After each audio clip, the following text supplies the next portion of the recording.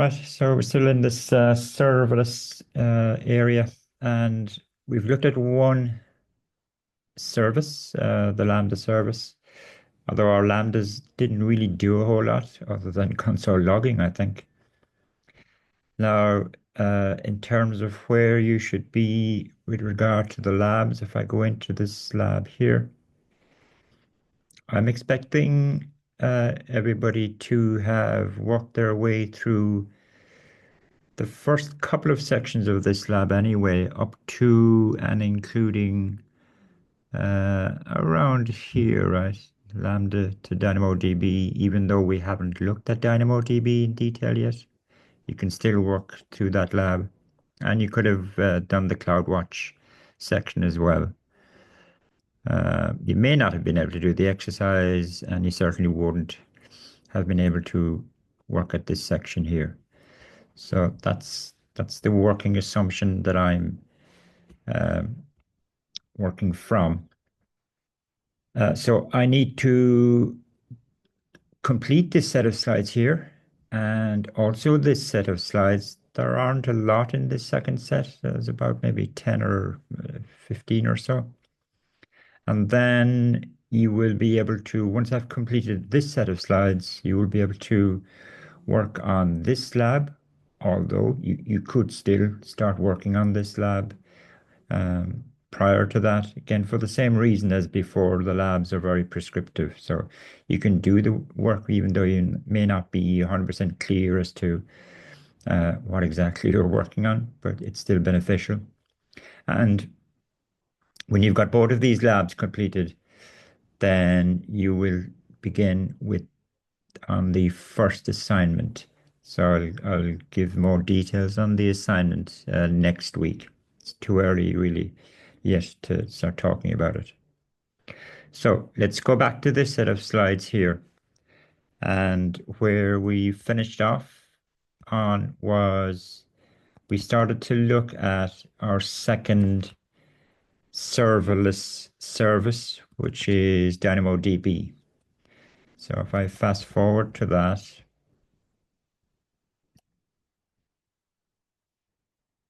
again, we are only at the start of a lecture, but if there are any questions that you have on what you've been doing up to now,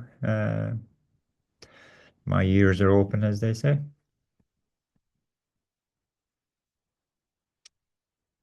Right, let me just get the pen.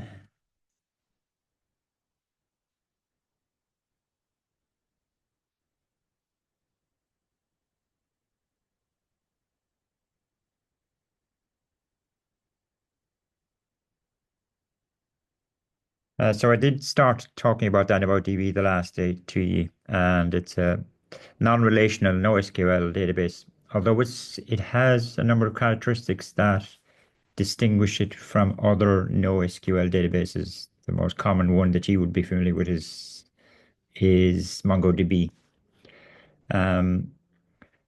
DynamoDB was really designed for very large databases purposefully.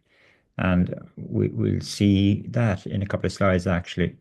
I mean, it works for small databases as well, but it was really targeting the large databases, like maybe in the hundreds of gigs size, that kind of ballpark.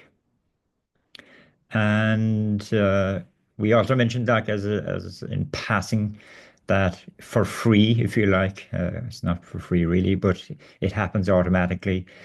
The DynamoDB service, it replicates your database across 3 different availability zones, and that's for the purpose of ensuring the availability of your database. So if one AZ zone is inaccessible from a networking perspective, then automatically the DynamoDB service will start targeting the other AZ zones. So there's one kind of master version of your database, and the other 2 are slaves, if you like. You don't really control that. The DynamoDB service controls all that for you. That's kind of typical cloud services, a certain amount of power is taken away from the user. And here's one example of it. So, but we can be assured that DynamoDB will take care of that for us. And if, as I said, if the AZ zone that your master version of your table goes down, then obviously DynamoDB will nominate one of the other slaves as being the master and carry on as normal, if you like. And of course, it's an eventual consistency persistence model, which I'm assuming people are familiar with that term. Okay, the language of DynamoDB, you might remember we talk about tables, items, we talk about collections of items, and partition key. This partition key is a really important concept, even though when you hear about partition key, initially you think primary key. And we know what a primary key is from other database tables, technology, but the partition key has a specific role, which we'll see in a slide or two. But either way, your database is comprised of tables. Okay, that's a term we use. Now, I did mention in passing, even though we won't actually drill into it, the proper way to design a DynamoDB database is to have only one table and everything is stored. So if you've got an ER model, for example, of your problem domain, and even if you've got 10 different entities, now in the relational world, that translates into at least 10 different tables and maybe more. But in DynamoDB world, that actually can be encapsulated in one table. Okay, but we just won't have time to see how that actually works. Anyway, and even when I use DynamoDB Wiki in this module, we'll have multiple tables. So in a sense, we're doing it the wrong way, but that's because we can relate that kind of approach towards what we know about databases in general. So anyway, tables. A table it doesn't have records. That at least that's not the language that we use. We say it has items, which are really records. An item is comprised of attributes, which you would probably call fields in the relational world. One of the attributes has to be the partition key attribute. And what else did we say? Okay, we also said that each item in a table can have a different schema to other items in that table. This is this schemaless characteristic. You kind of have that with MongoDB as well, but you certainly have it with DynamoDB. Okay, this stuff down here is kind of relevant too, like that the DynamoDB has its own data type. Now, of course, scalars is fine, but this one is slightly unique to DynamoDB. The fact that a single attribute could actually be a document, where a document is a list of things or a map. Yeah, so that's a single attribute can actually be a list or a map. A map is really kind of like a set of key value pairs. And also, DynamoDB has the notion of a set type. So if you've got a particular attribute and the value for that attribute can be represented as a set of strings, then DynamoDB has actually a specific data type to match that. So we'll certainly see scalar. We might see document. We probably won't see set types. And this is kind of where I left off the last day. So the primary key, that's a term from the relational world, and it also applies to the DynamoDB world. You either have a simple primary key or a composite primary key, and that really depends on the nature of the data. uh, in your table. This term partition key appears in both of them. Okay. And we said that the characteristics, I know I'm going back over stuff from the previous lecture now, but the partition key, whatever you choose as the partition key attribute of your table, you've got to make sure that the range of values that it has is very diverse. And we'll see in a second why that's the case. And that's probably true anyway. If we were talking about primary key in the relational world, the primary key value, its value range should be very diverse as well. So that's okay. As an example then of a table with a simple primary key, we had this one here, your kind of 101 example. So we've got a table of customer orders, and we've chosen order ID as the partition key and also the primary key. For the composite primary key, it is comprised of two parts, a partition key part or a partition key attribute and a sort key attribute. The sort key is also referred to as the range key. And the combination of partition key and sort key, that combination is unique. So that's why collectively it represents the primary key. So no two items in your table will have the same partition key, sort key combination. However, there may be more than one item that will have the same partition key.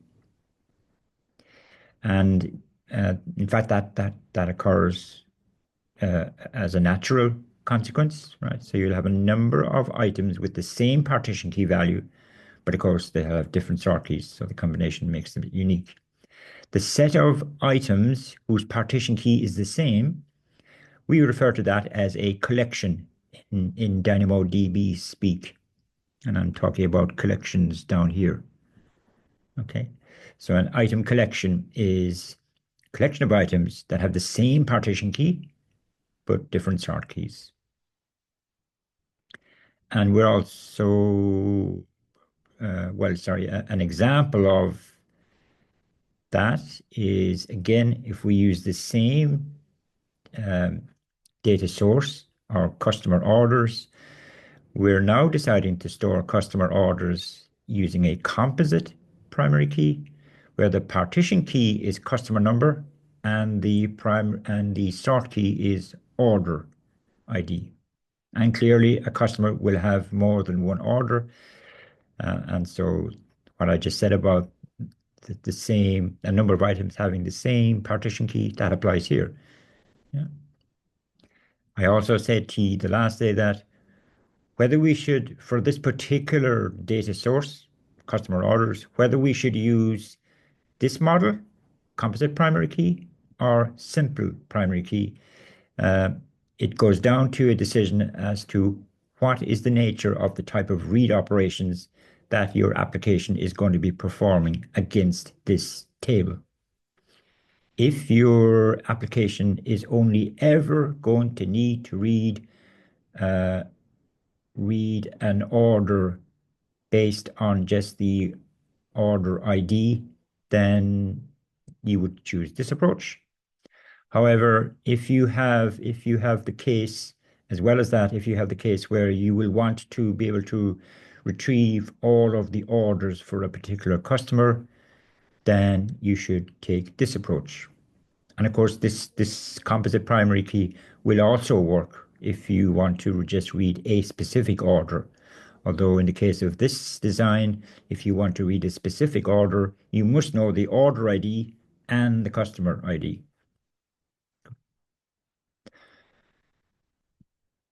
Now, this term partition key, you see, what actually happens behind the scenes is DynamoDB breaks up your table into a number of partitions, depending on the amount of data in the table. And this partitioning now has got nothing to do with the replication that I was talking about earlier on. forget about the replication for a moment. Um, your table is broken up into partitions. So in this partition, if we stick with our orders, there will be customer orders. In this partition, there will be more customer orders here and here. When you want to write a new order to the table, and again, we're just saying the partition key is customer ID and the order ID is whatever, is the sort key. When you want to write that, what the DynamoDB service does, there's a particular component within the DynamoDB service called the DynamoDB request router. What it does is it takes the partition key attribute of the item, puts that into an algorithm, and the algorithm spits out or returns the partition number that that order should be written to. Equally, when you try to do a read operation, in DynamoDB, we talk about a get item operation, and we're specifying the customer ID and order ID. The same kind of thing happens. This algorithm here takes the partition key value, customer ID, to get a partition number, and then it asks that partition for the particular item. Each of these partitions is stored on a separate computer node on the AWS network, which I'm talking about up here, right? So each partition is on a separate node or computer on the AWS cloud. So that's the significance. So, like, I guess when we start off, we'd only have one partition. And then as this partition starts to grow, partition now is, we're saying over here is partition size is set at 10 gigabytes. So as this partition starts to grow, DynamoDB will actually monitor it, and it will decide, again, you don't control it. It will decide this partition that is now starting to fill up, I'm going to create another partition for this table. And essentially, it takes the data in this partition, which is, I don't know what percentage, let's say it's 90% full, and it splits that data across both partitions. It does that dynamically for you. So we now have two partitions that are about half full. And if it notices then, again, as time goes by, one or both of these partitions start to fill up, then automatically it's going to create another partition, take the existing data across these two partitions, and now spread it across three partitions. And all of that is happening behind the scenes, unbeknownst to you, the user, and you don't control it. And of course, why does it partition the data? It's all got to do with performance. It guarantees a consistent performance. So no matter how many, no matter what sort of time of day, or no matter how high the volume of requests hitting your table is, a get item request, which is essentially a read request, because the data is spread across a number of partitions, the response time or the latency associated with a get request there's kind of a minimum latency guaranteed as a result of this partitioning. Now, of course, if you choose a bad partition key, then that might mean that even if there is a high volume of read operations and all of the read operations are hitting one partition, then that is a problem. But of course, if you choose the right partition key, at least in as much as you can, you mitigate against that occurrence. We kind of refer to this then as being a hot partition if it's very active and the other partitions are not very active. But by choosing the right partition key, you're kind of guaranteeing that read operations will naturally be spread across the set of partitions that make up your table. Okay, so Now, you'd have to read up, one would have to read up probably a little bit more on how all of this works. I certainly don't require you to do that. But that is where this partition key attribute, that's really the role that it plays. Okay, it controls all of the stuff that's going on over here. But again, you have no influence in all of this. It happens automatically. So 10 gigabytes is the size, max size of a partition. And because DynamoDB goes to all the trouble of doing this partitioning behind the scenes, and performing an algorithm for both read and write operations, because of all of that being built into DynamoDB, that's why I said at the outset that DynamoDB was really aimed at very large databases.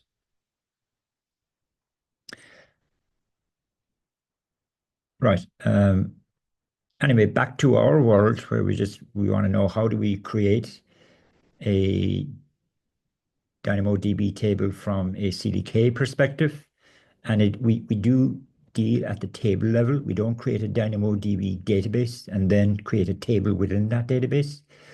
We deal at the table level. We don't work at the database level.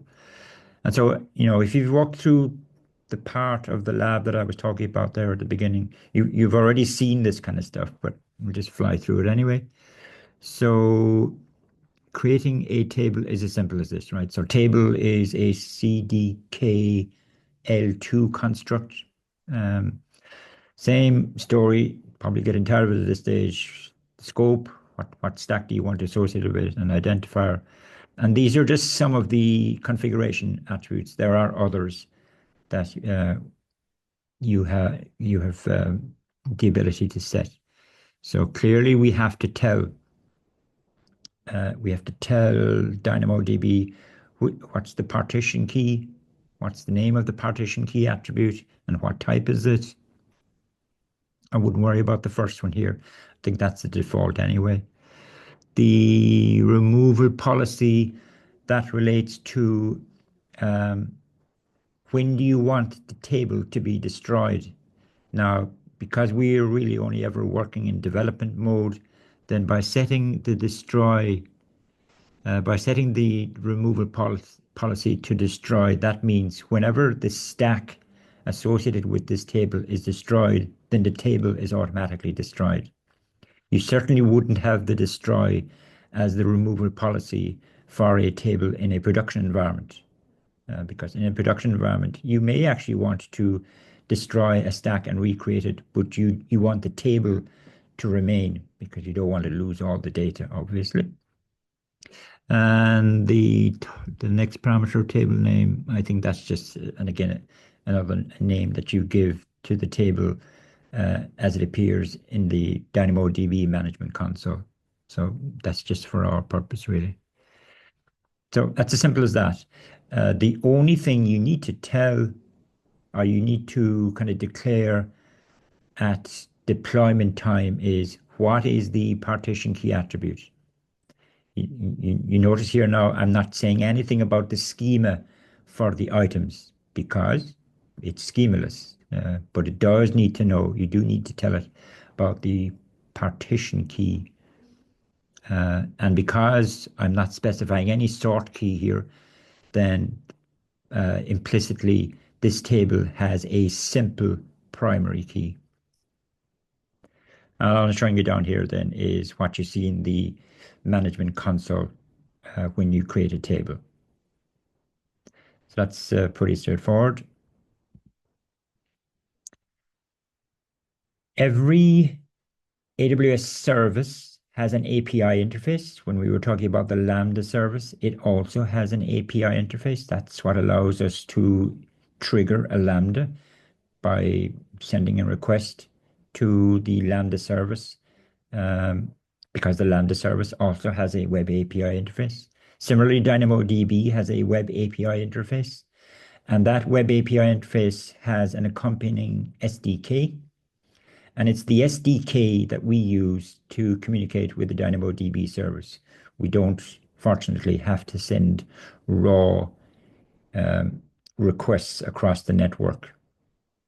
So in the image here, I'm showing you, okay, I have my DynamoDB service over here. It manages the tables. The service provides an API, and the DynamoDB development team also provide us with an SDK. And so the SDK is what we kind of use within our code. So if you like, this could be a Lambda. It doesn't have to be a Lambda though. This could be an application that we're running from our laptop, from our desktop.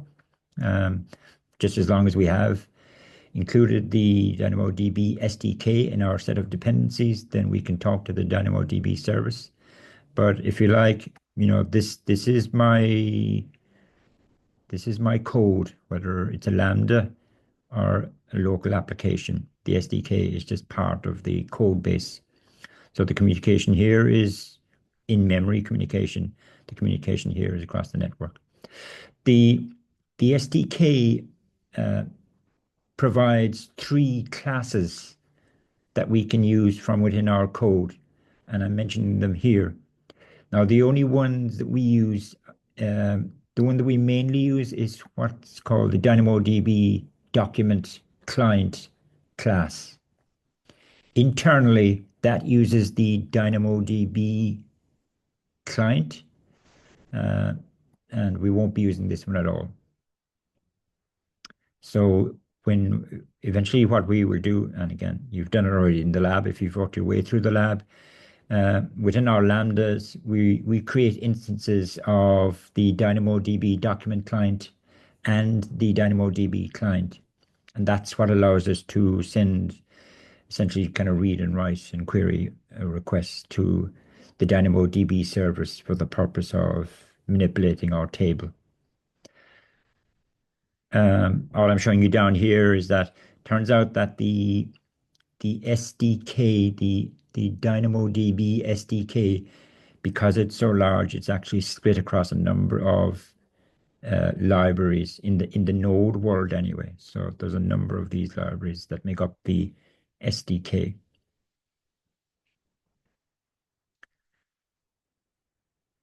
Now the DynamoDB API. So again, if I go back, it's kind of at this level here, right? It actually only provides 3 main types of actions. There are only 3 types of requests that you can send to the DynamoDB API. The first one is what are called single item requests. So that's basic CRUD requests: create an item, get an item, update an item, delete an item. But they're all applied to one item. And clearly you need to specify the full primary key in such a request, whether that be a composite or a simple primary key. So that's pretty straightforward. The second type of request, this is where it gets a little bit, it kind of veers away from the relational database world. It goes without saying now that you don't have anything as sophisticated as SQL for talking to a DynamoDB database. All right. So anyway, the second type of action is what's called a query action. And what you need to remember is you can only perform query actions against a table that has a composite primary key. And what a query operation does typically is it reads a range of items. I probably should have put in the word collection here. Okay. For a query operation, I'm saying you must include the partition key. And you would be specifying the sort key as well. Don't know why I didn't say that here now, but if you don't specify a sort key, then it assumes that you want all of the items that have this particular partition key value. Because remember we said for a table with a composite primary key, it means you have a number of items that have the same partition key value. Going back to our customer orders You've got a number of orders with the same customer ID. And as I've already alluded to, these type of requests are only suitable for tables with composite primary keys. It's stronger than suitable really. They only apply to composite primary key tables. Okay, the query results are always from the same partition. So if you're specifying a partition key, then all of the items that are going to be returned are going to be coming from the same physical partition. That stands to reason.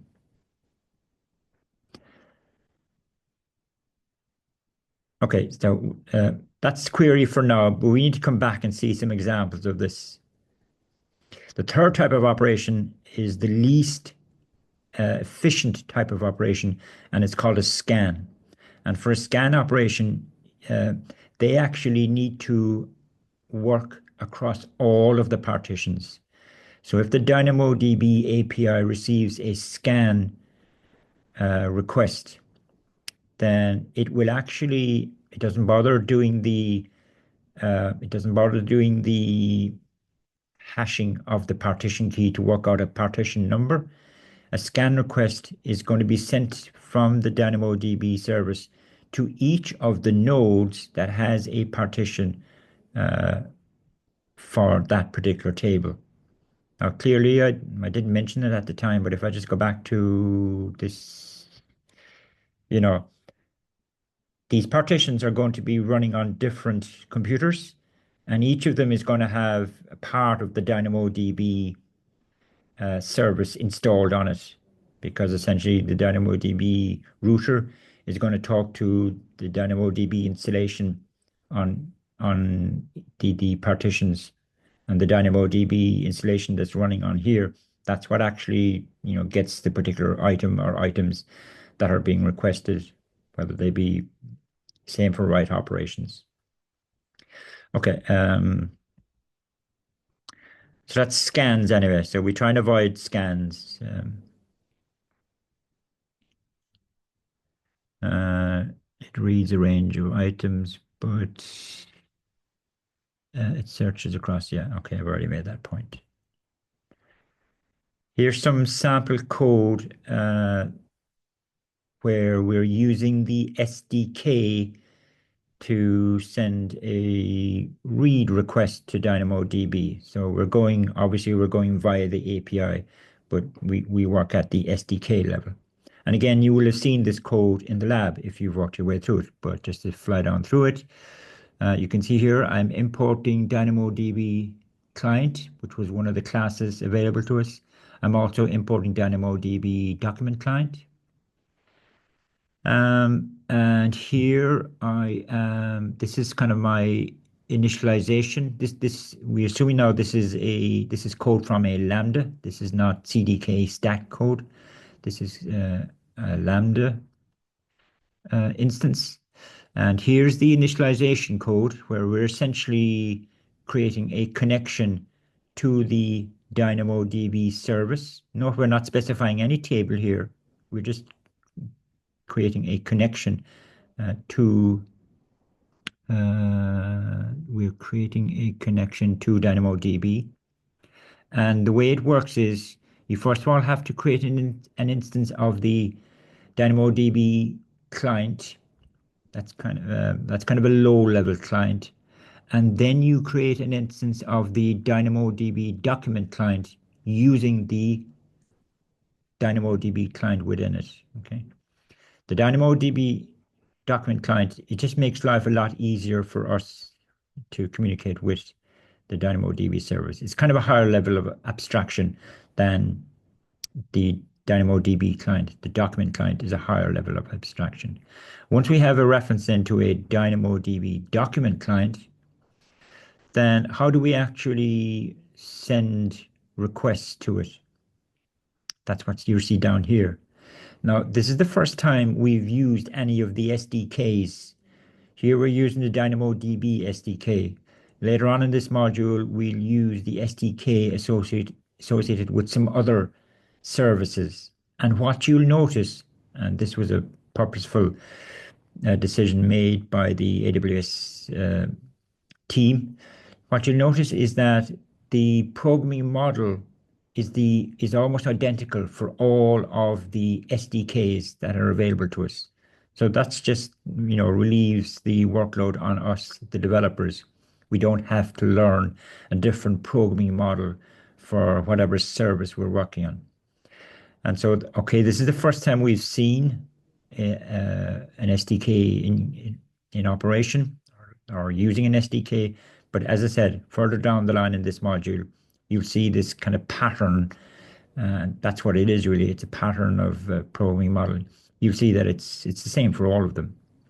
And so the way these SDKs work is you have a reference to the client for the particular service, and there's really only one method that you invoke on that client, the send method. The send method takes one argument, and the argument is a command object. Now, the command objects will differ from service to service, but it's always command objects anyway. Here, the command object is a get command object, and that relates to essentially a read operation. And also the parameters, if you like, that we pass to our command object, that will obviously vary from service to service as well. But for the DynamoDB SDK, the get command, for example, and we pass its parameters as kind of an object structure. It's only now that we specify our table. Now process.env, that this here is gets its value from our CDK code. In our CDK code, we will have a Lambda instance for this Lambda function, and we pass in as an environment variable to that Lambda. In this case, anyway, we pass in the name of the DynamoDB table that we want to be able to access from this Lambda. And okay, the table, and then we specify the implicitly, this is the primary key of the item that we want to read. Because the get command is an example of a single item action, if you like. And we're reading from the same table, sorry, just go back. Sorry, let me go back a second. Oh yeah, I didn't say it at the time, but again, if you walk through the lab, our table contains details about movies. Yeah, so movie ID is the ID of the movie. So here I'm just saying I want to read the movie whose ID is 1234. Right. As I say, it's a one-on-one example, but the program, the kind of code flow is usually all I'm getting at here. It's pretty easy to interpret this code, I think. What I did not mention in passing is up here, when you create your DynamoDB document client, one thing that you have control over is what is referred to as the marshalling and unmarshalling operation that the client needs to perform. Again, it's pretty much boilerplate code, but what marshalling and unmarshalling relates to is essentially transforming the data that you get from DynamoDB, transforming it from its data type system to the data type system of your code here. Now, this is TypeScript code, stroke JavaScript code. So what we'd like to get back from a get command request is presumably we'd like to get back a JSON object structure that we can manipulate. Okay, but the DynamoDB data typeset, it doesn't understand JSON. It has a different type system, and I talked about it at the beginning. So the marshalling and unmarshalling configuration that you set up here that takes care of controlling the transformation of your data from the applications data model to the DynamoDB's data system, not data model, really data system. And I'm just talking about it down here, right? So I'm just mentioning it in passing. We will never need to change the kind of boilerplate configuration that you will see in the labs.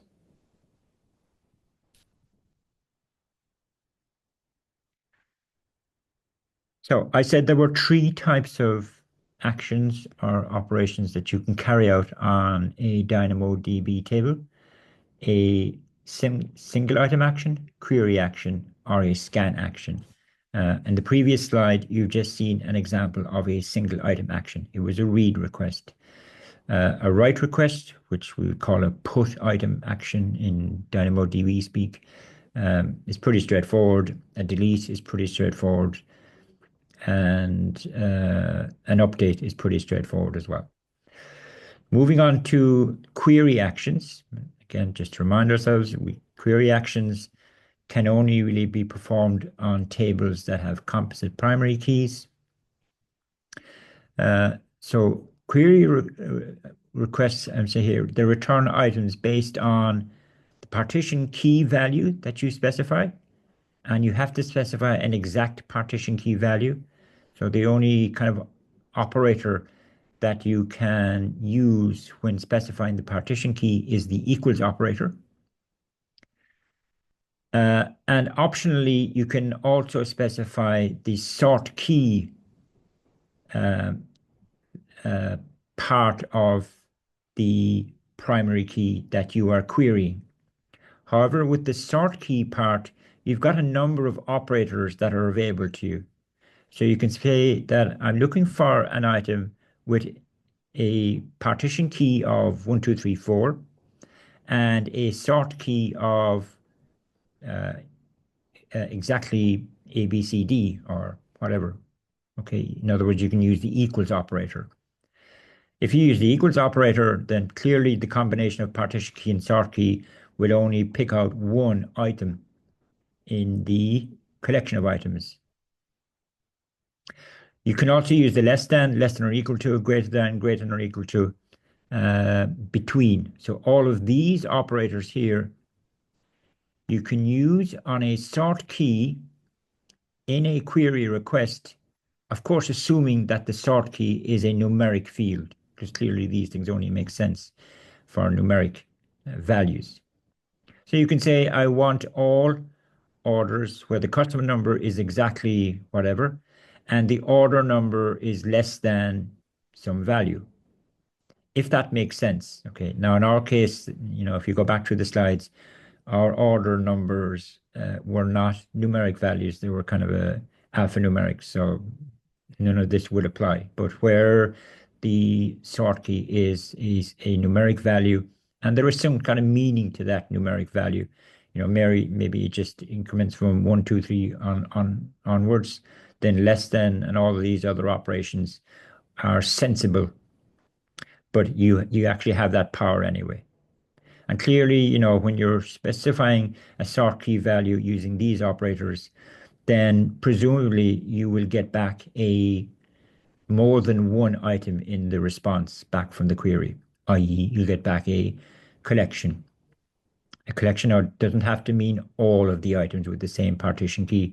A collection can be just a subset of the items that have the same partition key. If your sort key is a string type, the only operator that you can specify in a query action or query request is begins with. So you can say, I'm looking for all items where the partition key is exactly equal to some particular value, and the sort key begins with, and you specify a substring. I'm saying optional here because, as I've already kind of mentioned, if you don't specify anything about the sort key, then implicitly you're saying, I want all of the items that have the same partition key. Okay. So yeah, also in a query request, you can also specify what's called a filter expression. Uh, but the filtering doesn't happen on the DynamoDB side. The filtering actually happens within the SDK. So it really happens at the client side. So you're still going to be retrieving, depending, if this combination of here of partition key and sort key, let's say that returns actually 100 items. Uh, but you actually have the power within the query request to specify, look, I don't want all of those 100 items. You can specify a filtering expression to filter out the ones that you're really interested in. And presumably the filter expression would relate to some of the non primary key attributes, some conditions on those. But the 100 items will still have been sent across the network from DynamoDB to your code, i.e. your Lambda, okay? And the filtering happens within the Lambda's kind of memory space, if you like. You just need to be aware of that. The filtering does not happen on the DynamoDB side. The query response, this might seem odd. There's actually a limit of 1 megs in the response that comes back from DynamoDB. So our 100 items might actually exceed that.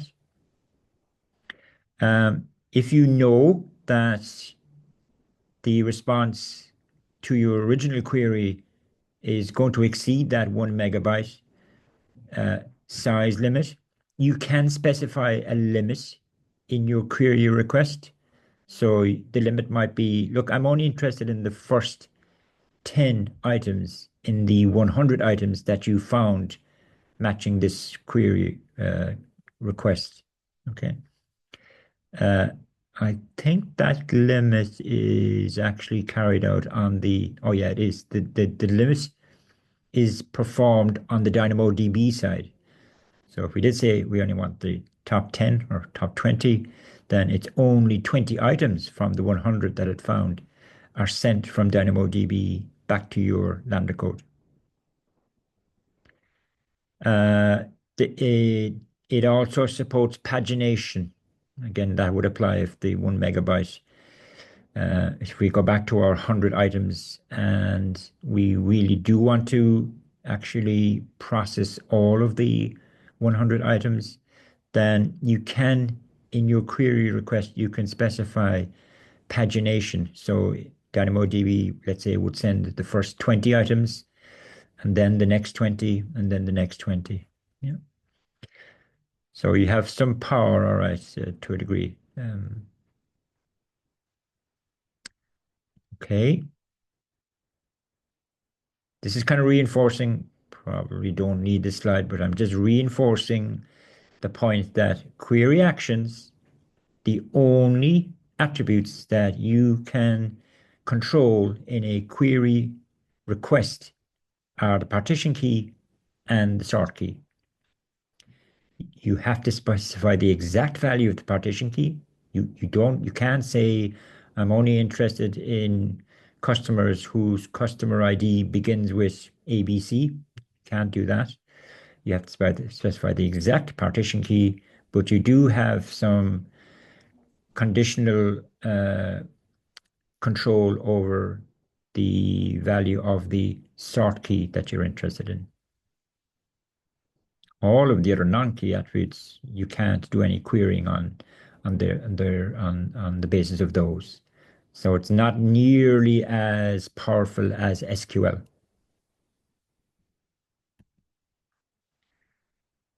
An example of a query. In this example, so above the double line here, I'm showing you the CDK code, and down here, I'm showing you an excerpt from the Lambda code. So in my CDK code, I've created a second table for myself called the movie cast table. The idea is that this table will contain information about the cast for a particular movie. And so each item in this table will represent one role or one character in a movie. The partition key is movie ID, and unless it's a one-person movie, there will be a number of items with the same movie ID because there'll be a number of roles or cast members in the movie. The sort key, I've just kind of made up example. I wanted to stick with the movie kind of context, so I had to come up with something. The sort key I've decided was going to be the actor's name. Sort key, sorry. The sort key was going to be the actor's name, which is of type string. Okay. And clearly this is a composite primary key, and the rest is it's kind of the same as before. So in terms of a query, what can I do? For example,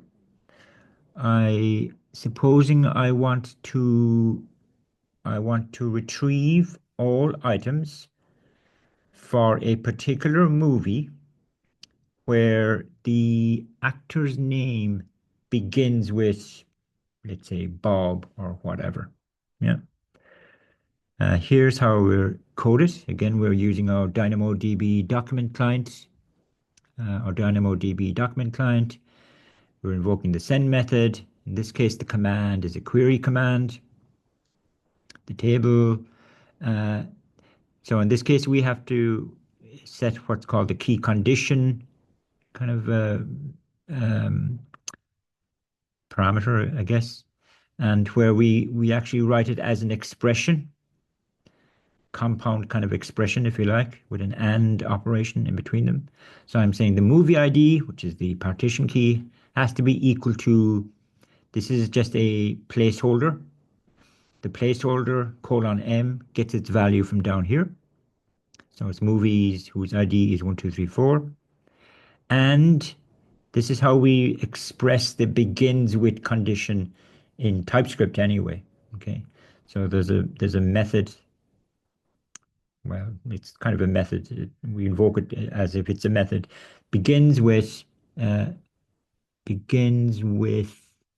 here you have to specify the sort key, actor name, and the value.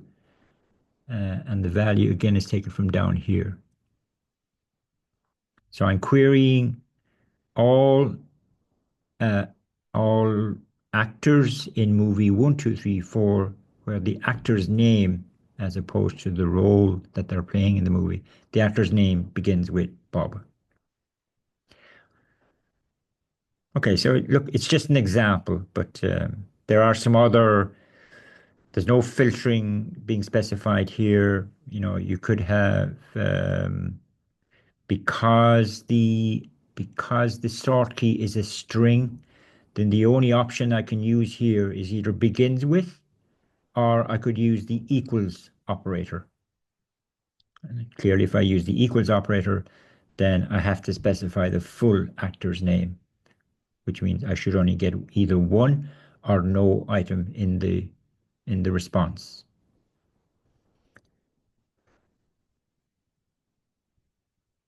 Okay.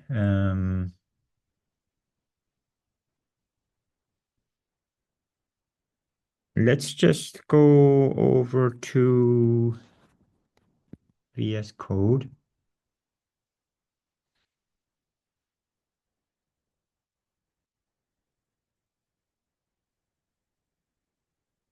So what you're looking at here is essentially kind of what you're doing in the lab. So if I go into my stack file, now there's some stuff here.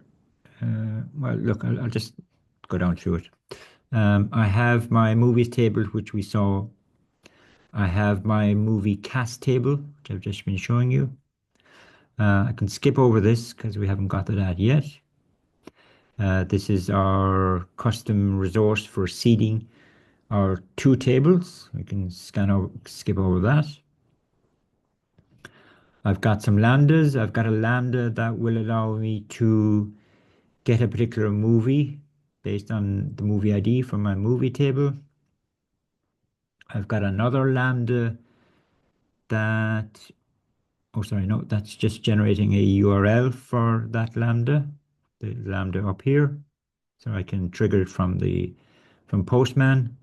I've got another Lambda. The purpose of this Lambda will be to allow me to query my movie cast table. We'll look at the detail of the Lambdas in a second. This generates a URL for that second Lambda. And I'm giving the two Lambdas access to the tables. So I'm giving the first Lambda, get movie by ID. I'm giving that access to the movie table. And the second Lambda, the get movie cast member Lambda, I'm giving it access to the movie cast table. We can ignore this one for now. I can take it out actually. And we can skip over all of that as well. And I'm just outputting the two Lambdas URLs. Now I've already deployed this stack. And if I look at one of the Lambdas, let's say this one here. So again, you would have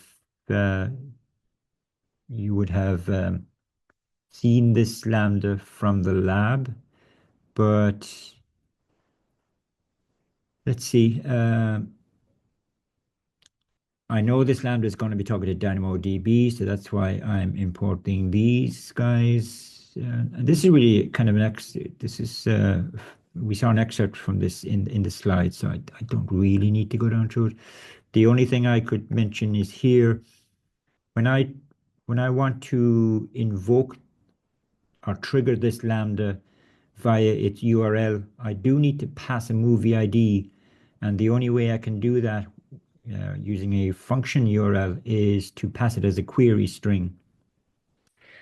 So maybe I should just switch over to Postman. So as I said, I've already deployed this stack. And the stack is outputting two URLs, from here.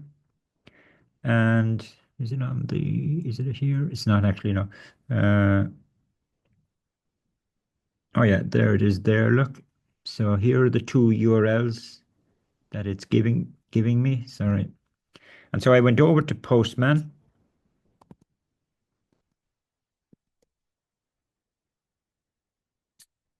I created a Postman collection for myself. There's a reason why I gave it this name, but that's the name of the collection. And if I select that collection, look at the variables, I've declared two variables just for convenience for myself. This variable here has the URL of the first Lambda. This variable has the function URL for the second Lambda. Here is a request within this collection. The purpose of this request is to request a movie which will trigger the first Lambda. And I'm specifying the movie as a query string. That's the only way I can do it, okay? So movie ID equal to 1, 2, 3, 4. And you can see that's appearing up here. And so if I send that request, then hopefully here's the response that comes back. So I'm getting the details of movie 1, 2, 3, 4. Can I prove that?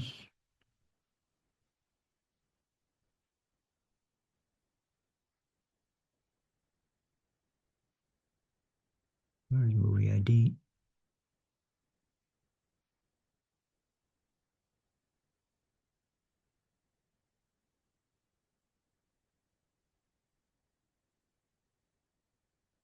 Oh yeah, there is the movie ID there of 1, 2, 3, 4. So when I clicked send, this request was sent across the network. It hit the Lambda service because the Lambda service generated the URL, and the Lambda service forwarded the request onto my Lambda function. And so if I now look at the Lambda function,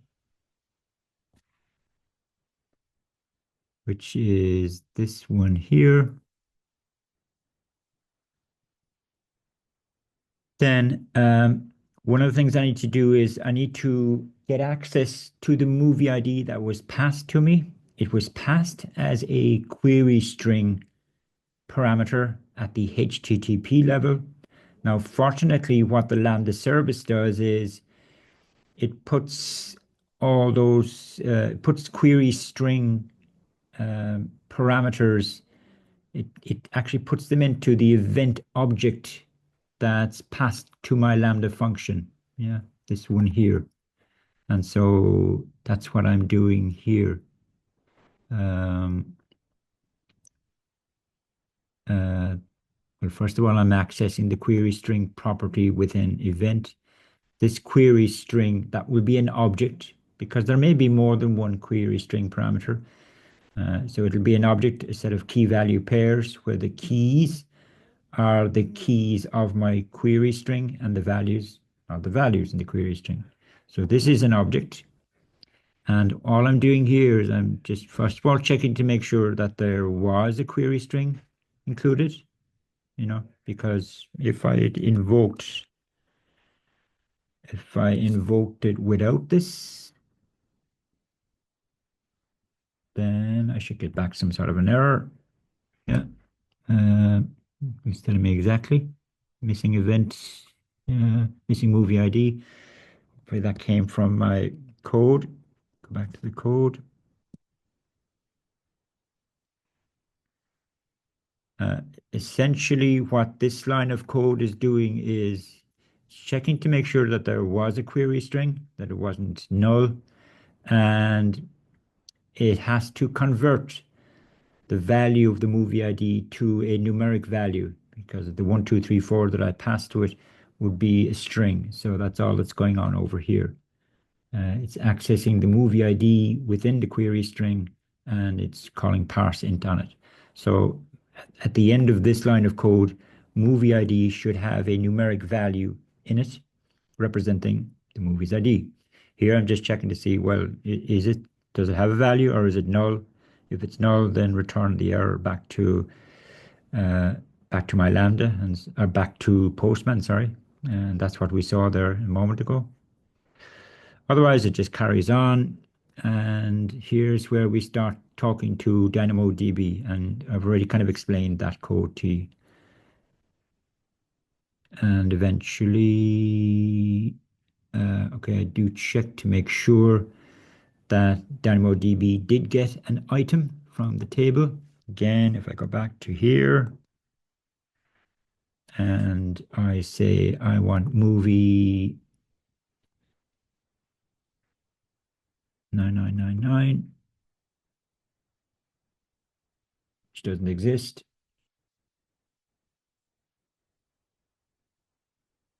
Then I get back this message, which came from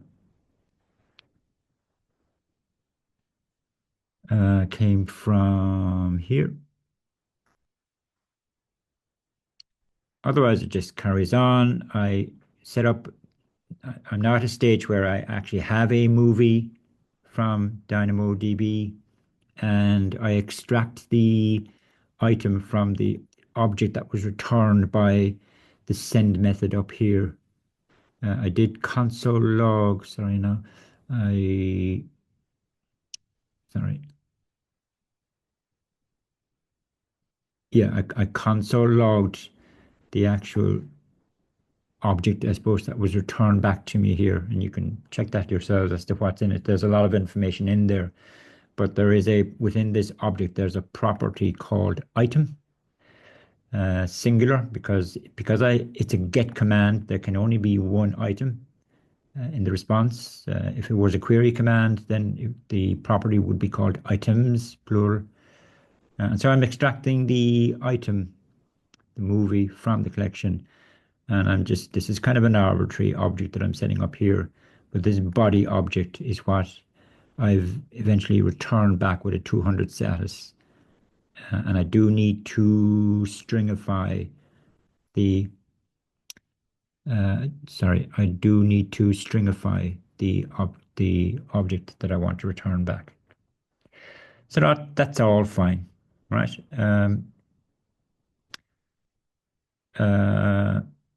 If I move on to the second lambda, let's see now.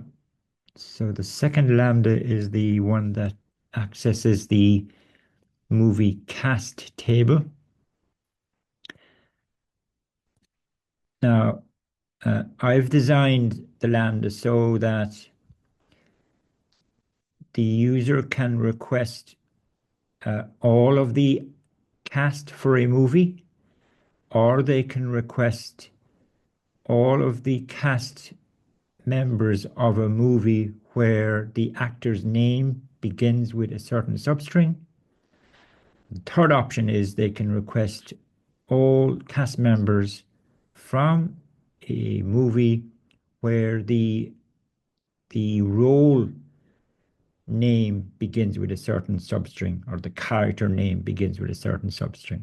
Now, I've just arbitrarily decided they're the three types of queries that uh, that we want to be able to perform against my movie cast table, right? And the way I'm going to pass that information using the function URL, again, I have to use query strings. So if I want all of the actors in a particular movie where the actor name begins with some substring, then I have to set the movie ID query string value to the movie's ID and actor name. And again, I've just arbitrarily chose this. These names here of movie ID and actor name, they do not have to match exactly the names of the attributes in the table. It would kind of make sense from a consistency point of view that they could match up, but they do not have to match up. Okay. Anyway, so it looks like I'm looking for where Joe is the actor name substring that I'm looking for. And so if I again just run it. So, I didn't show you the seed data for this, but I can tell you that what it's returning back to me is consistent with the seed data. So again, it's movie 1, 2, 3, 4. The actor's name is Joe Bloggs, whereas this actor's name is Joe Clogs. Okay. So if we look at the lambda then that gets triggered for that, which is this one, similar kind of stuff going on here in that I have to sorry, just bear with me for 1 second. Somebody's just knocking at the door. Just give me 1 second, please. Just going to turn off my mic. Okay, so this is the lambda, and as I said, similar kind of flow to it. I first of all check to make sure that there is some sort of a query string set up, and same kind of flow there. And here I am checking to make sure that there's a movie ID. That's all right. Otherwise, return an error. Sorry, now let me slow down a little bit for a second. Yeah. So if I get to here, I now know that there is a movie ID included in the query string, and I'm extracting it as before. And I now start setting up, preparing, if you like, for my query operation. So I'm setting up this part of the command input, which is this object here is this object is what I'm going to pass to the query command object. It's a query command in this case rather than a get command. And here I'm checking to see was there Now, I did say to you, right, that there's two options that I'm making available. Querying on the basis of the movie ID and the actor name, or querying on the basis of the movie ID and the role name. So here I'm checking, was there a role name included in the query string? Now, we're going to skip over that because we don't know how to deal with that at this stage. The only thing we can query on the basis of is movie ID and actor name. Because if you remember, in my movie cast table, the primary key was a combined primary key. Well, the partition key was movie ID and the sort key was actor name. Okay. Therefore, I cannot query that table on the basis of movie ID and role name or cast name. Yeah, not yet anyway. So we're down to here, checking to see was there an actor name included in the query string. And now I'm setting up my key condition part of my query command, which again we've kind of seen there from the slides. The movie ID is equal to that, and the actor name begins with, so we've seen that already. And I'm giving values to my two query condition, the kind of parameters to it, the colon parts of the parameters to it. They're getting their values down here dynamically rather than hard coded, which was in the slides. Now I haven't, all I'm doing here still is I'm setting up or configuring the query command, if you like. I haven't sent the query command yet.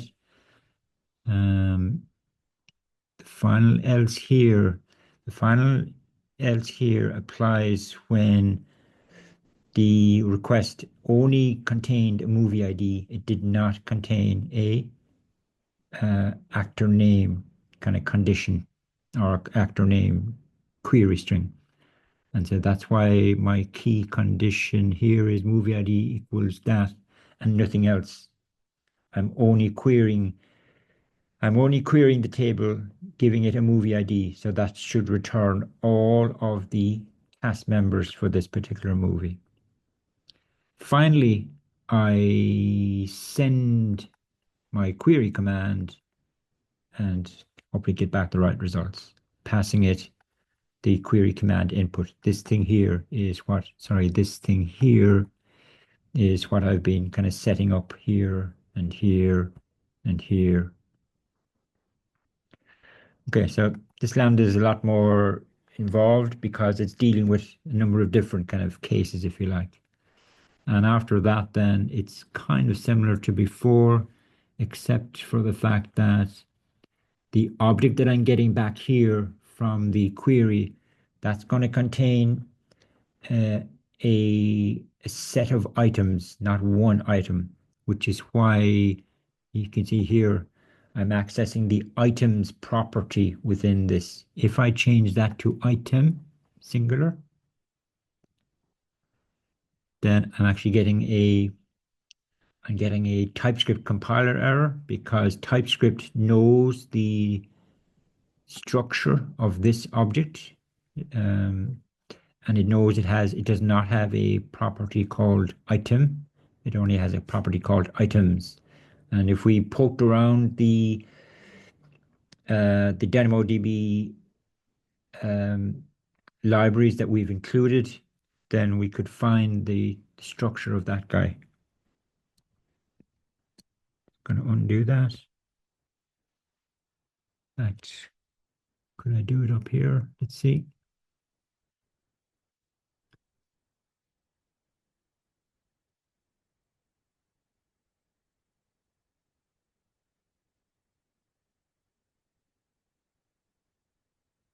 Yeah, if I mouse over that,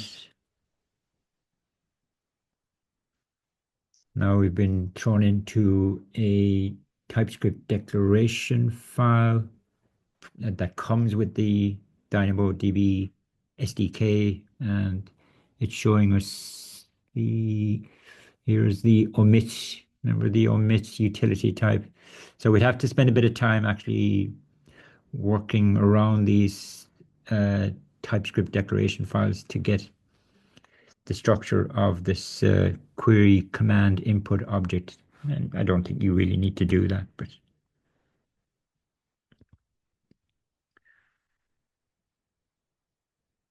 okay. If I go back to here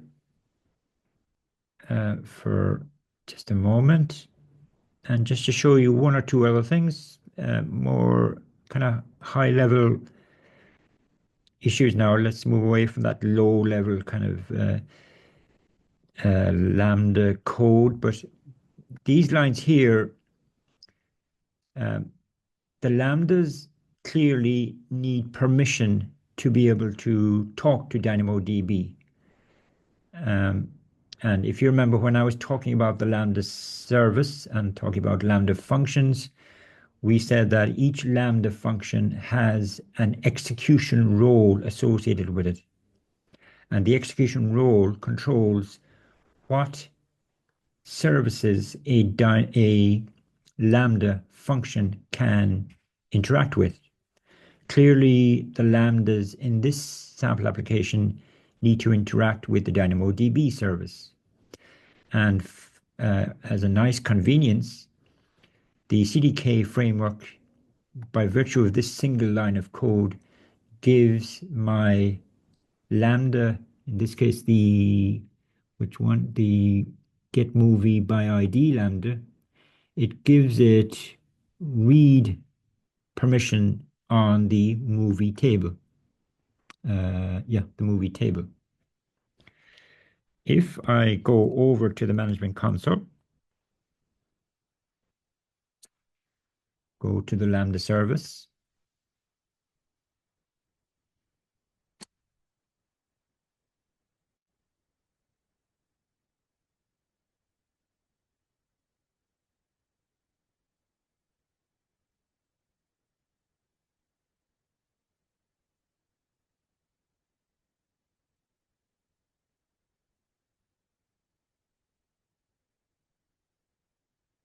and there are 3 Lambdas here.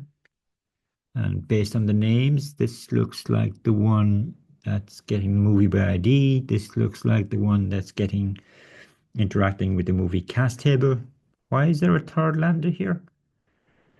This Lambda, the third one, is automatically or dynamically created by our custom resource that's doing the seeding of the tables for us. That's what actually happens behind the scenes from that CDK custom resource construct. It actually dynamically generates a Lambda function, and it actually provides the code for that Lambda function, where the code writes to it actually creates and writes my 2 tables. Now, we're not going to go looking at that clearly. I want to look at this one here. And if we bring up the configuration and the permissions will tell us what, here's the execution role. The execution role tells us what services this Lambda can interact with. Behind the scenes, the CDK created a custom IAM role for this Lambda, and this is the link to that IAM role. If I click on that, I'm currently looking at the Lambda console, but if I click on this, I am now brought into the IAM service, the Identity and Access Management Service, and it's showing me this particular IAM role that is that exists for within my account, my AWS account. And again, we can kind of tell that this is the IAM role for that particular Lambda. And if we look at this particular role, what permissions does it give the Lambda? It looks like there are 2 policies, IAM policies attached to this role. The first policy is the default Lambda policy, which gives the Lambda function permission to um, talk to CloudWatch, but that's a kind of predefined policy. We didn't have to create it. The second policy was dynamically created by CloudFormation as a result of instructions from the CDK framework. So this policy here was created as a result of this line of code in my CDK stack. And let's look at the policy.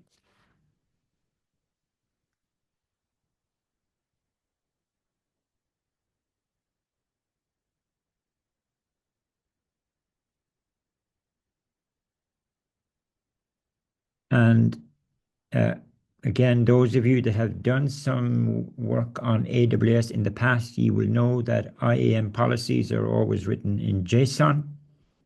And what we can tell from this policy is that the policy relates to the DynamoDB service. And these are the different API endpoints within the DynamoDB API that this Lambda is allowed to invoke. And they all kind of, thereabouts.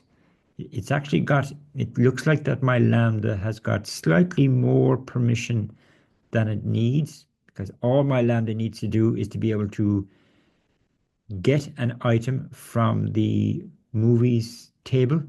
Remember now, this is the Lambda that just reads single items from the movies table. It's not the movie cast case. So really the only permission it needs is this one here. Doesn't really need the other ones at all. So it's slightly over provisioned.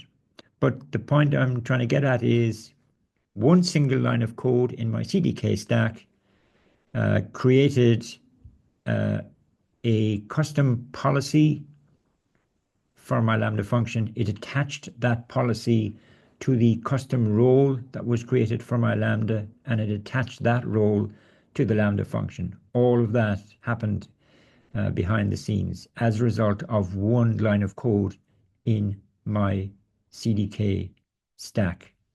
Now, if we looked at the corresponding CloudFormation template that was generated from the CDK code, there would be quite a lot of CloudFormation entries to achieve that, but it's just one line of code in my CDK stack. Supposing I've decided, look, it actually has too much access here. Can I actually customize this policy? Can I create a policy myself within my CDK? And the answer is yes. Okay, and I just want to show you quickly how we could do that for this particular use case. So let's supposing I take out this line of code. Now, if I did deploy it as it is now, let's just do a quick CDK deploy.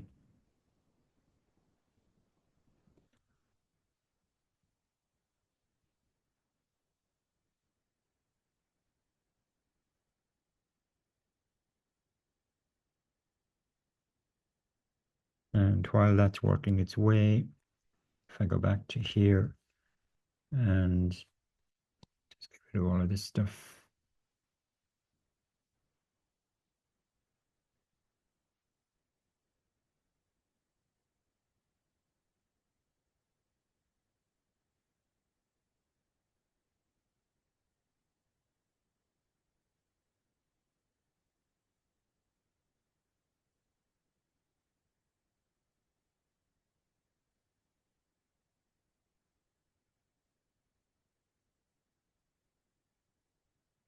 Okay, so I'm back at the Lambda service. Oh dear. Yes.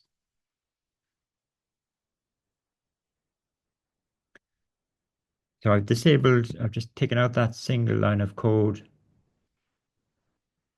Sorry, I've taken out that single line of code. What do you think is going to change in my Lambda functions configuration and the permissions side of it? Anybody want to volunteer an answer? So my Lambda function, when I went into this is the Lambda function, and when I go into the configurations tab and the permissions tab, that's going to change. Anybody want to predict what the change might be, roughly? It has deployed. Let's go back to here. Let's just do a refresh.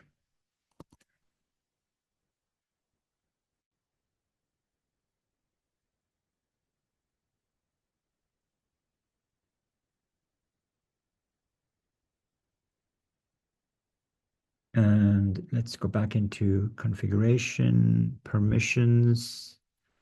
So there still is an IAM role. I would expect that because my Lambda still needs to be able to talk to CloudWatch. So that the policy that allows it to that will need to be attached to this, to a role, and the role then is linked to the Lambda. So I still need the custom role. But if I now look at the role, then if I now look at the role, then we can see there's only one policy, the one that allows it to talk to CloudWatch. There's no policy that allows it to talk to DynamoDB. And so presumably if I now try and trigger that Lambda from here, give it a valid one even, 1, 2, 3, 4.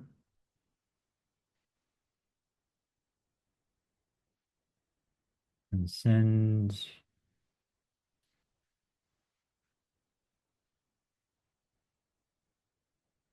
And this here is an error that you might see every now and again, but it's access denied.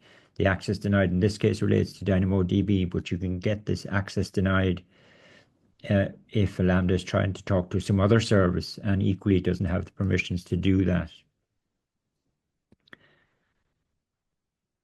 If I go back here now supposing I don't want to just re-enable this because that's kind of over provisioning. I want to customize this. So I've got the code here, fortunately for myself.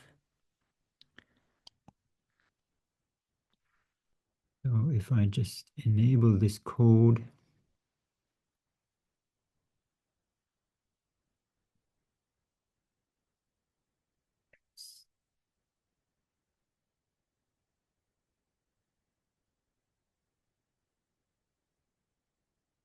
mhm.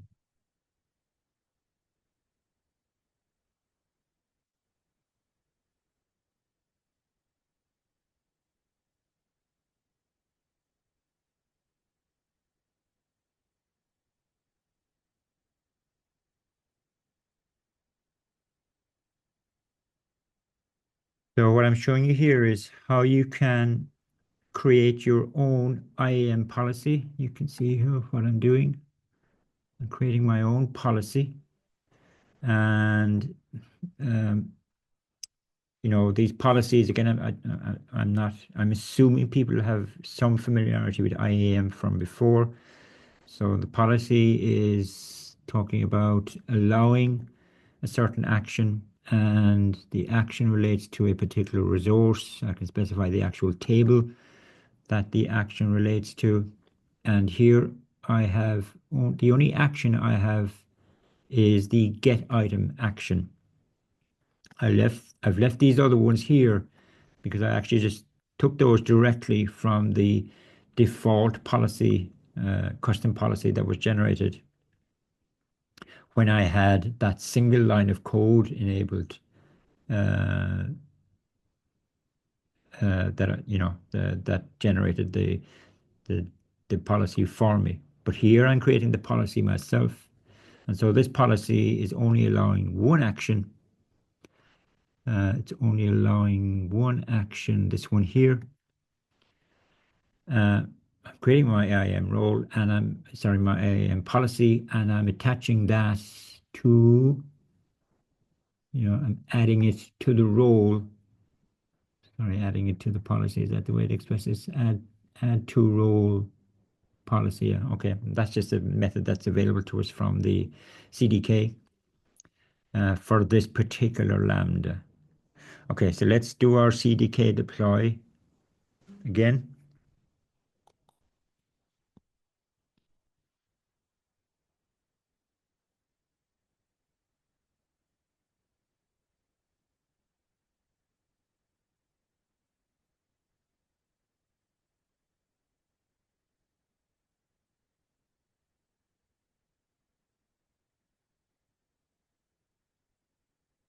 So this is still disabled, but my get movie by ID does still need to access the DynamoDB table. So I've decided to write my own IAM policy, and this policy specifically is allowing my Lambda to invoke this endpoint of the DynamoDB database. And if we now go back to our Lambda again, management console,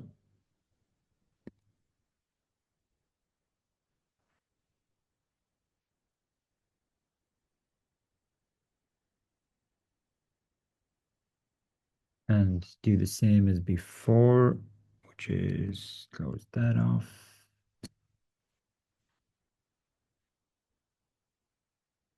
Just do a refresh here.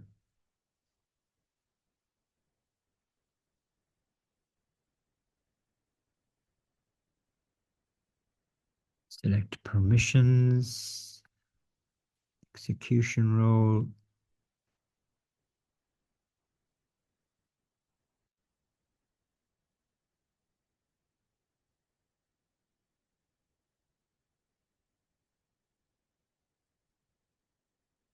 I think there's probably a bit of a delay now. That's what's happening here.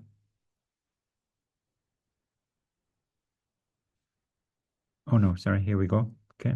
So now the role has two policies again, but this second policy was generated as a result of the code that I've shown you from the stack. And if we go into it,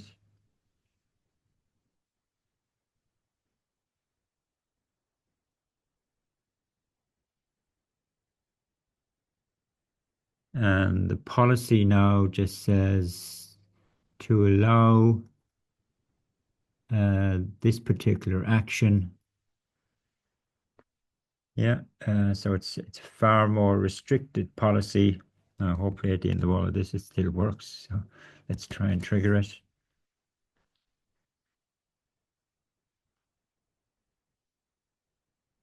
Yeah, so I'm getting the movie.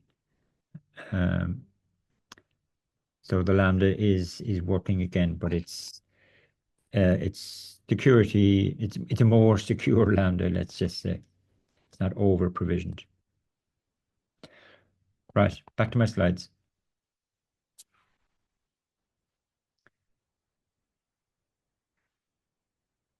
Local secondary indices. So far, if you've only got, if we just take our movie cast example, we can only query that table on the basis of actor name combined with movie ID.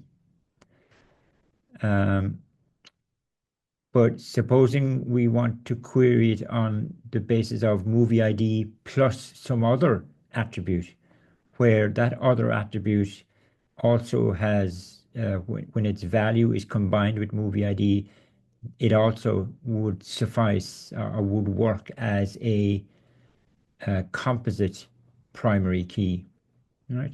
So essentially, we want more than one composite primary key associated with a table. That's where local secondary indices come in. A local secondary index allows you to specify alternative composite primary keys for a table. And therefore, we can have different types of queries against such tables. So it only applies to tables that have composite primary keys, but we want to actually define multiple composite primary keys for a particular table. One of the primary keys combinations we refer to as kind of the main index. The other ones we refer to as secondary indices. And the local actually means that these indices are stored in the same partition as the main index. Let's just run through these things. So only applies to tables with composite primary keys. Yeah, LSIs are based on alternative sort keys. Yeah, so that LSI stored locally. Come back to that in a second. There's an upper limit of 5 LSIs per table. So that's just again a decision that the DynamoDB people made. These local secondary indices are used with query actions. That's okay.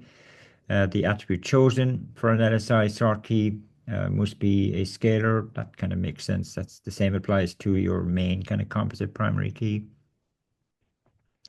LSIs must be defined at table creation time. So you cannot decide like down the line, I want to add another LSI to a table that already has data in it. That won't work. You have to essentially destroy the table, repopulate it all over again, and include your local secondary index in your table definition in your CDK code.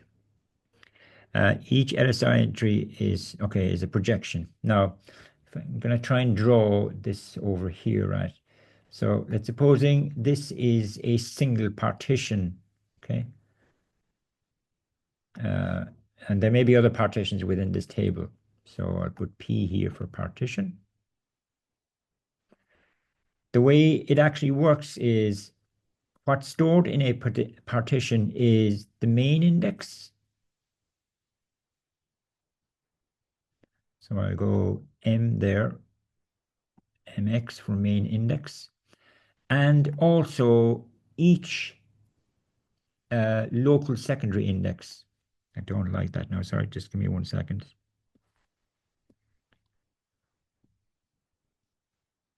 Try that again.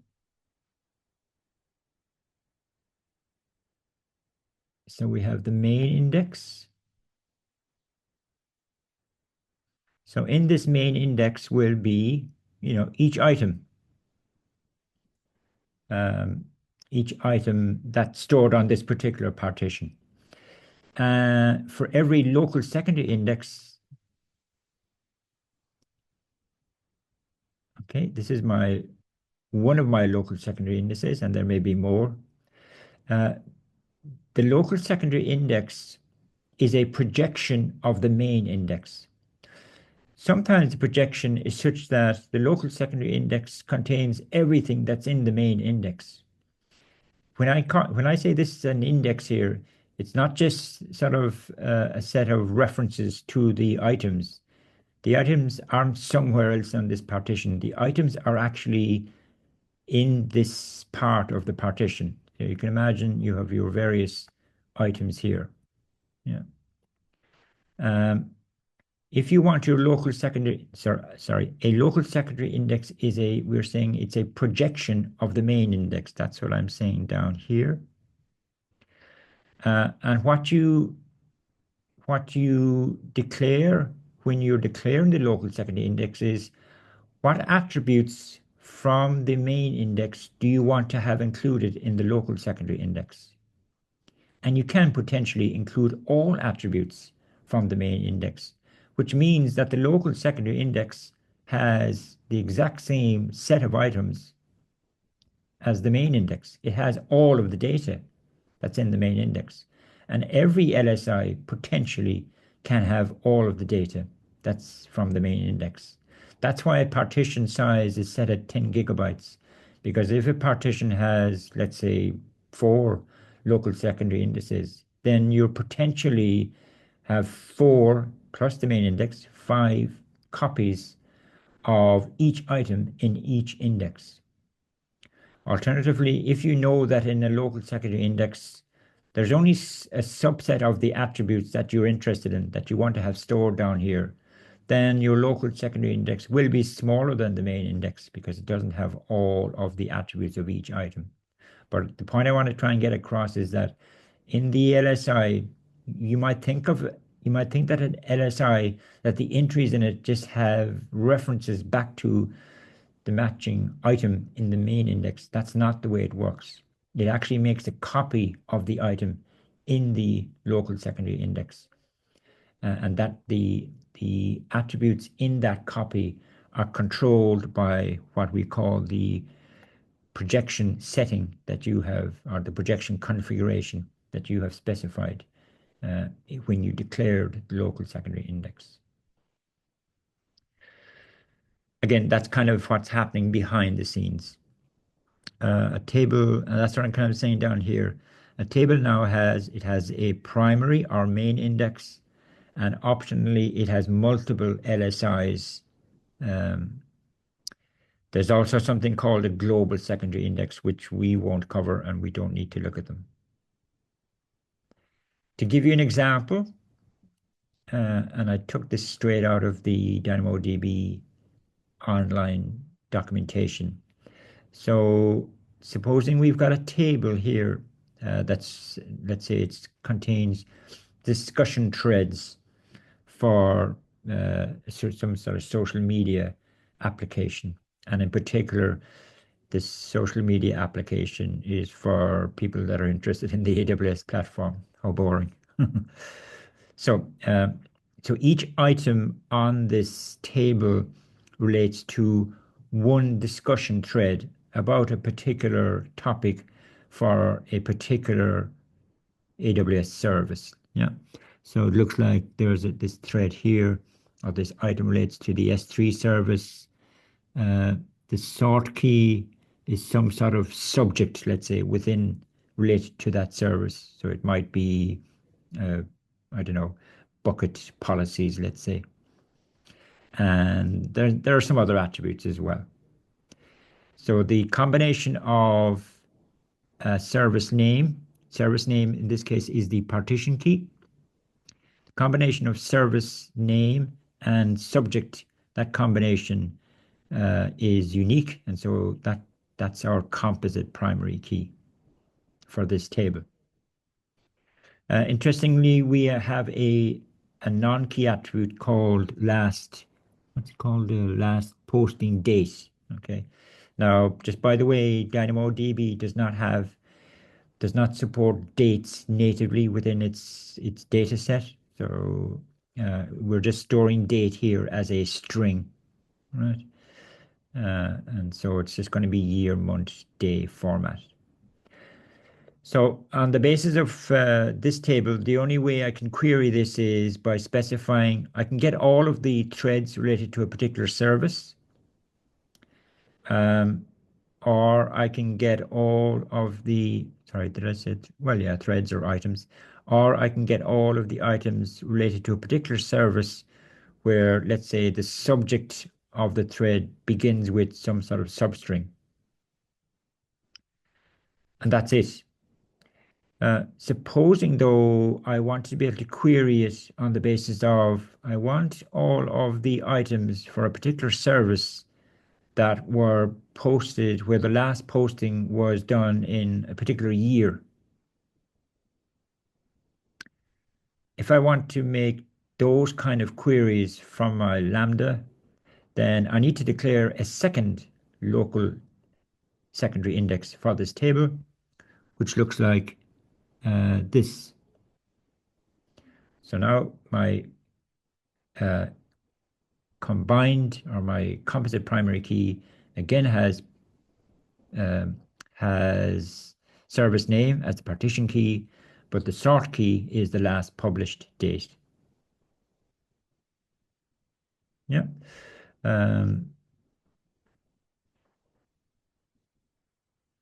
Okay.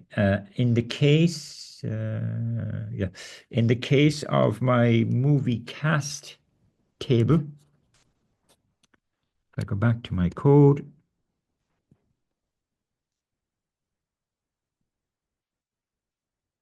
how do I declare a local secondary index?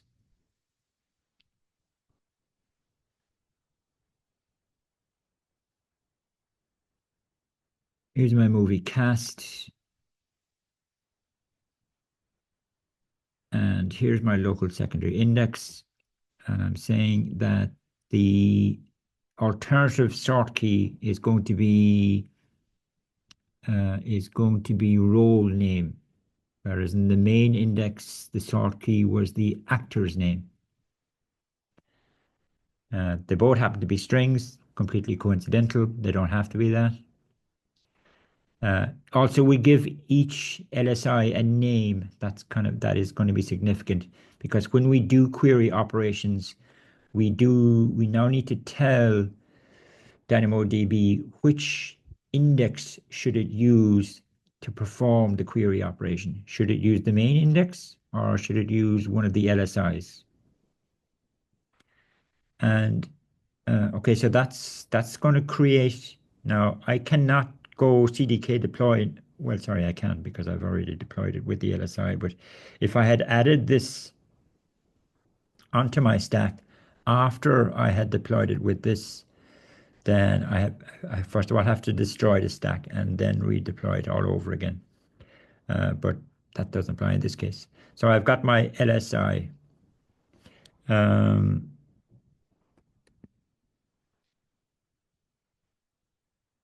quickly, if I look at the Lambda that is affected by this, and if I go to here, here's where I'm calling this Lambda and I'm specifying a role name or the start of a role name with the movie ID, in which case I need to, here I'm telling it, look, this is the index that you need to use when you're performing this query operation.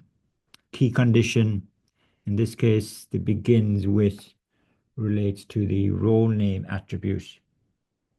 Uh, Again, I didn't show you the seed data, but if we just quickly look at the seed data,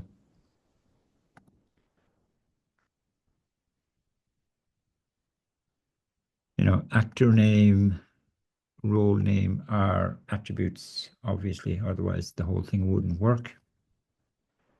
So really the only thing that's additional from the Lambda side is the fact that you have to specify the index name, whereas down here, when we were querying on the basis of the main index, like we're not specifying an index here, and so when you're not specifying an index, it assumes it's the main index. And other than that, then the rest is kind of as before. And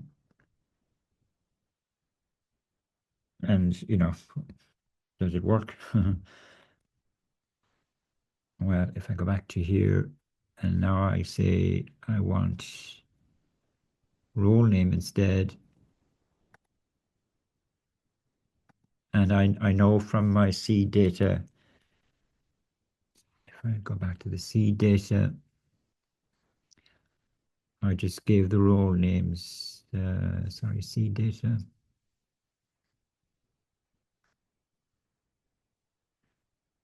The role names were male character 1, male character, female character. That's the way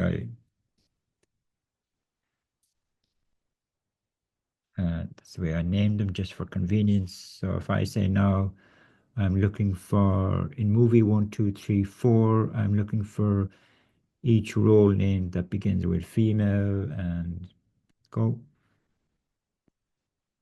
And there's only one match in this case, and you can check that with the seed data. So that seems to work.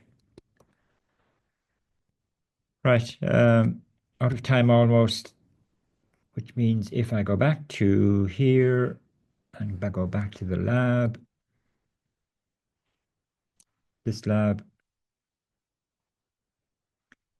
this section of the lab here is all about doing DynamoDB queries, and also it talks about LSIs. and it's specifically related to that movie cast code that I've been showing you there during the lecture.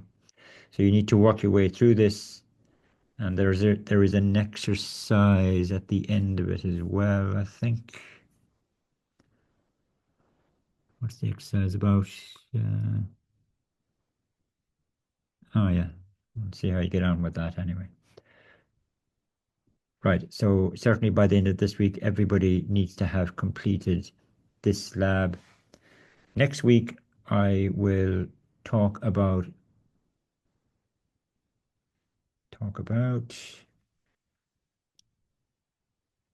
creating web APIs on top of a serverless platform. There aren't that will take only about a maximum of an hour, I should hope. And in the second half of next week's lecture, I will discuss the first assignment. Now, I still I still have to correct the TypeScript labs that you submitted. I should have them corrected by now, really, but some other stuff got in the way, so I do need to correct those and just give you the results back and maybe some short feedback, although it's quite a long while ago now, admittedly, so apologies about that. But the first assignment will be, I think it's worth 30%, and it will be to develop a web API. So it will include Lambda stuff, DynamoDB, something called API Gateway, which is the service that we need to talk about next week. And there's also another service that we haven't looked at all. So the expectation is, or the requirement is, that you will just need to do a little bit of reading up on that. But that's for next week. For this week, in terms of the labs, you need to finish off that first lab within this section, this lab here. Okay, I'm out of time. I will hang around if there are anybody that has any questions for me, but other than that, we're finished for today. Are there any questions that you have for me? No? Right, so I'll be in contact with you tomorrow during the lab, and I did mention before, I am turning up physically in the labs, so the opportunity is there for you if you want to do so also. It probably will be about 9:30 before I get to the first lab tomorrow morning, but other than that, I'll be there for the rest of the period, and I'll accept queries online as well over Slack. Okay, thanks, and bye-bye for now.